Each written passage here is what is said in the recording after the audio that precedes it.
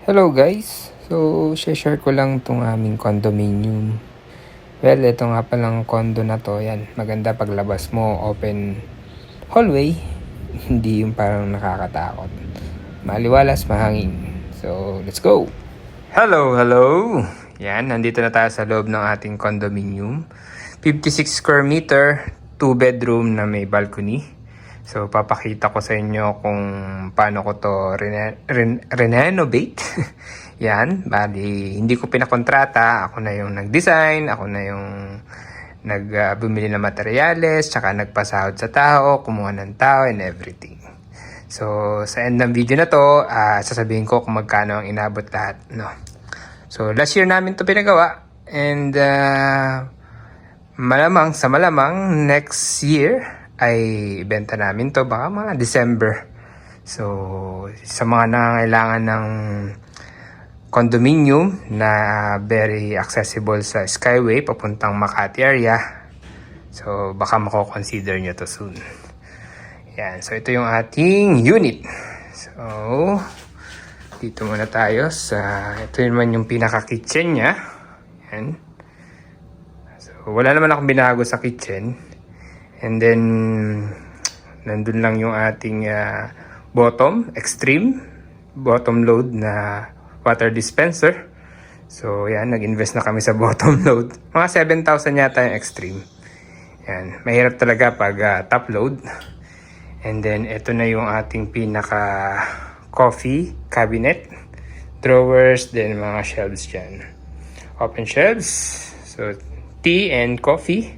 Dito na. Ako na nagpagawa nito. Dati nga meron pa dito pero pinatanggal ko. Mas naging okay siya. So, yan. And then, nag-iisip ako dati kung dito ba yung dining, doon ang living. So, buti na lang. Mas naging perfect na ganito yung naging setup. So, nandito yung ating living. So, then, meron tayong shelves doon. Pwede pang lagyan ng ilaw, pero hindi ko na nalagyan. And then, pwede pang dagdagan ng konting design ang ceiling, pero pinilane ko na lang at nirepaint. Yan. So, dito, kung mapapansin nyo, yan yung aking pinaka-design ng TV rack. So, fix lang na cabinet. 40 lang yon para medyo maluwag pa dito. And then, nandun na yung drawers and mga shoe cabinets. Ayan. And then, meron din tayo dun na butas para isusuot yung kung may maid kayo, ay yung ating folding bed. Doon ko pinapasok. So, ang ginamit ko dito ay tiles. Ayan. Gray. So, may texture. Then, fluted to. 60 siguro. 60. Init na ako lang.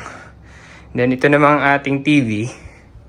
Swivel naman to. Nasiswivel. So, kahit nandun ka, pwede mo siyang makita, mapanood. And then, dito. Yan. Clock. Susian. Sakto naman yung electric pan dito at saka dun. So, dalawang sulok. So, Asaki. Nasa 3,000 plus yan.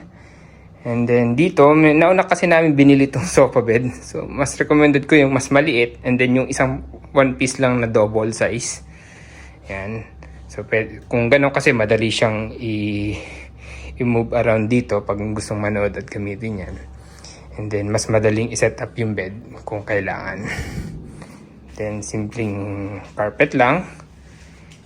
Yan na yun. And then, para may biga kasi dito eh. So, kung hindi ko nilagyan yan, medyo pangit tingnan. So, open shelves na lang. Nilagay ko na din yung collection ng mga Starbucks mug at saka itong Stephen Curry natin ng mga sapatos. So, yan. And then, syempre, dito sa corner na to,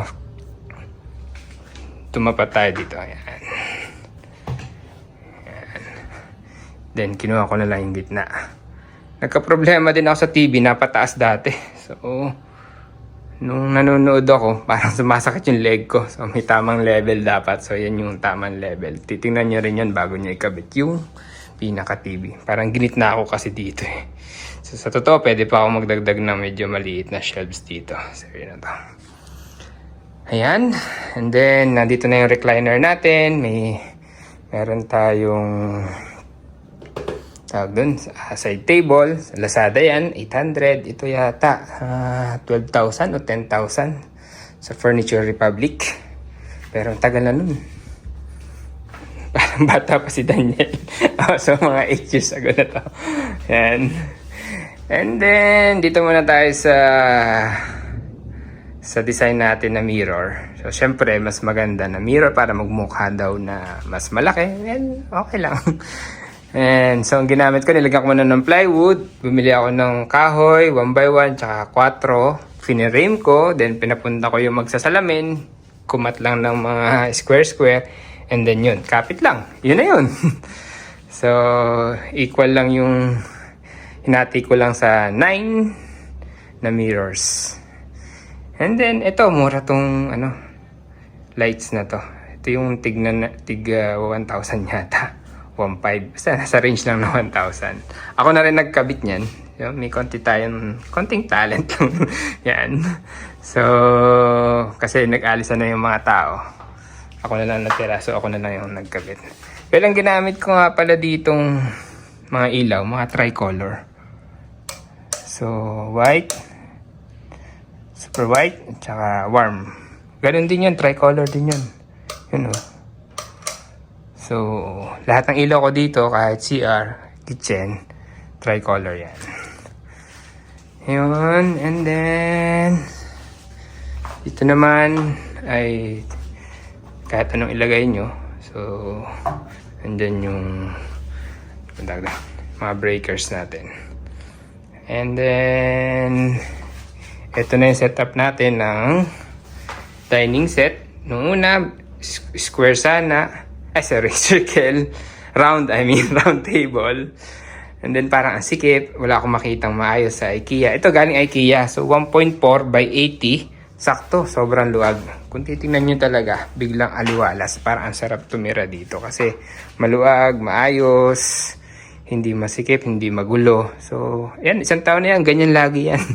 So pag gumawa ka kasi, kailangan maintain mo na ganyan pa rin na itsura kahit na ilang taon pa ang lumipas. So, yan. Malinis, maayos, yan. Yan. And then, ito sa IKEA namin kinuha. Nasa 29,000 to. Ito lang. Table lang. Well, gagamitin naman namin to sa sunod next na bahay as office table. Na yun maganda. And ito, separate na to. Ito, mga Lazada lang yan. Okay. Mga painting na yan. Yan yung mga bumili kami ng mga 5. Pero 1,000 plus lang isa. And sa Tagaytay, dun sa mga kalsada na naka-display, magaganda naman. So, noon pa yun bago pa kami magkabahay, bumibili na kami ng mga gamit. Para kung mura naman o kaya naman, ini-stock na namin. Sooner or later, magagamit din naman. So, yan. For now, medyo mas neat ang ganitong curtain kaysa sa yung ating normal na laglag. Ano tawag doon? Tela. Kasi medyo sikip na dito eh. So, yan. Yan ang ating living and dining. Okay. So, punta naman tayo sa bedroom. So, 2 bedroom. Isa lang ipapakita ko, master bedroom. Ito yung bedroom ni Daniel. Ang ginawa ko lang dyan, parang loft type. Na may table sa ilalim ng bed. Pero hindi ko na mapapakita, medyo magulo dyan. Yung. So, eto na ang ating master bedroom. So, ganun ulit. Dummy style, dummy home. So, fluted tayo left and right. Then, wall lamps. Napakaganda ng wall lamps na yan. Parang pang mood mo. Pagpatay mo yung main light na. So, yan. And then, painted na lang yung wall na yon. Hindi na ako nag-tiles. Hindi ko na ginaya doon. So, and then, shelves lang uli. Para matago lang yung biga. So, kung gusto nyo pampagandahin, pwede lagyan nyo ng ilaw at ayusin nyo yung pagkakalagay. So, yan, naka-stack mo na yan dyan. And, isang suggestion, kailangan, window type dati doon, pinasarado ko. Then, ginawa ko ng split type. So, siyempre, laking tipid talaga sa kuryente pag split type. And then, may tamang pwesto lagi ang mga split type. Huwag nyo ilalagay sa ilalim ng TV. Sa ibabaw ng TV. Na may ilalim ng TV or dito sa ibabaw ng bed. Kasi pag tumutulo or anything, mahirap talaga. So, yan ang pinaka-okay na pwesto so far. And then, yan, 800 lang na side table sa Lazada. So, yan, sa Lazada, Shopee ko rin yung wall lamp, maliit lang. And then, ito yung painting natin na tigwa 1,000 plus galing sa mga, yan, pasok tayo. Yan. So, simple lang ang ating TV set. Ito na yung may clock lang at saka, yan, fluted din. Yan, inilubog ko to, yan. So, kasi kapag hindi ko nilubog, ano ba ang tawag dito? Sa wall, so binawasan ko yung wall, medyo protruded yung TV. So, pag dumadaan ka dito, medyo may masikip, tatama mo na yung TV. Then, yung ating mga outlet, nilagay ko na dito. Pwede rin sa likod, pero hindi na masama dyan. Kasi yung iba nandito, so, pangit nakalayla yung mga wires, no? And then, so yan. Closet. Diba? So, hindi ako nag-i-sliding. Pangit din yung may mirror. Hindi ko na ginawa yun. Then, nandun lang yung drawer para mas madali. Ginawa ko lang 50 ang depth, hindi 60. Para medyo lumawag-luwag kasi kasya na naman yung 50. So, ito na yung pinaka-master bedroom. Yan. Ito na rin ang design kong gagawin sa bahay na gagawin ko next year na design. Parang yan na yung standard ng Domi Homes na gusto ko kasi yan, malagyan ko lang ng tiles ito. Anyway, so nakita nyo na din yung unit and ito na yung pinakamaganda dito sa unit na to ay balcony. Yan. So, nilagyan ko lang ng screen para pag may hangin pwedeng sarado lang. Tsaka protection ko sa bata. Pero pwedeng walang screen. So, sliding door naman to. So, yung ating balcony, yan. Facing kasi sa amenities. So, ang luwag mo pa dito. Chill-chill ka lang. Ang luwag pa dyan. Okay. So, nandito yung bougainvillea natin. Pag kulay pink yan. Sobrang ganda niyan. Pag punong-puno ng bulaklak. Gagapang yan hanggang dun. So, sa kalahati pa lang siya. Then, ako na din naglagay ng shelves dito. Yan, simple lang. And, yan. So, ito na ang balcony view natin. Itong building natin, pagbaba natin ng ground floor, swimming pool na agad, sa likod basketball. Kaya, napakagandang pwesto ng building at saka ng unit.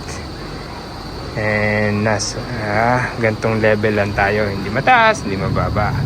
So nandun yung football, dito ang clubhouse, nandun ang ATM, billiards, table tennis, security, PMO office sa baba at saka mini mart. Then dito sa pinaka second floor nya, yan yung gym. Then dito naman may dalawang function room, pang kasal, pang birthday. So ginamit na ni Daniel yung 7th birthday nya. Yan naman, 5,000 yata ang bayad namin.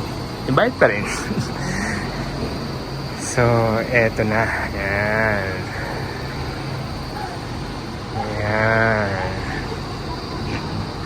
So, hindi maingay kasi hindi ka facing sa road o sa highway. And then, ang ingay mo lang dito, yung nandito sa amenities. Yan. 3 swimming pool yan. may pambata, may leisure pool, and then may lap pool doon. Maganda rin ang design ng bidlat Maganda rin ang design ng pool at saka magaling mag-maintain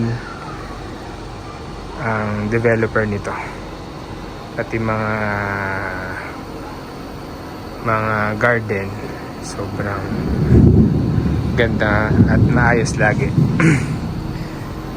So yan ang ating balcony. Yun lang guys. Tingnan natin pabalik. Wait lang.